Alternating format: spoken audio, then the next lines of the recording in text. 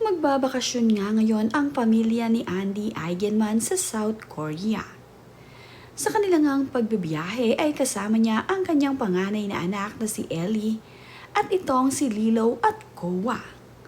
Ito nga ang first trip ni Andy ngayong taon. Hindi man nga nila kasabay itong si Vilmar Alipayo sa kanilang travel at mga anak muna nga niya ang kanyang kasama. Susunod na nga lamang sa kanila itong si Vilmar Alipayo. Nakakatuwa naman itong si Lilo at Koa na tila nga ba excited sa kanilang trip na pupuntahan. At ibinahagi rin ni Andy Eigenman ang kanyang mga anak habang ito ay nasa airport. Tuwang-tuwa nga ang dalawang bata dahil makakakain nga sila ng kanilang paboritong noodles dito. Ito nga daw si Koa ay talaga namang kinuha pa ang mga barya sa kanilang bahay upang mabili ang kanyang paboritong noodles dito sa airport.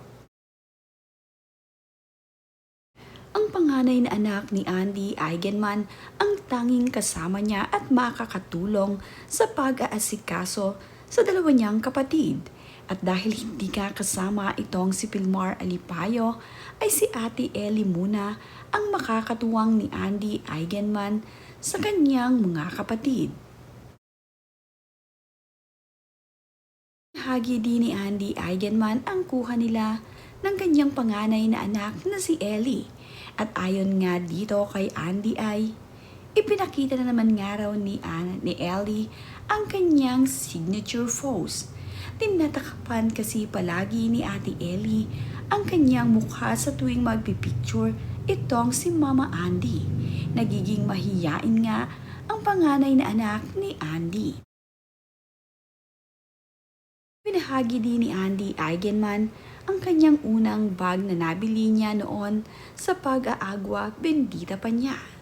Caption naman ni Andy Eigenman sa kanyang ibinahaging bag ay, "First bag I bought with my agua bendita money, Lord. I thought I had just sold it with every other luxury item that had no use for me in Siargao. But my nanay was the one who secretly bought it back and now it's passed on to my not so little baby." Ngayon nga ay itong si Ate Ellie na ang gumagamit ng bag na ito ni Andy. Napakatagal na nga ng bag na ito ni Andy at ngayon nga ay naipasa pa niya dito sa kanyang panganay na anak na si Ate Ellie.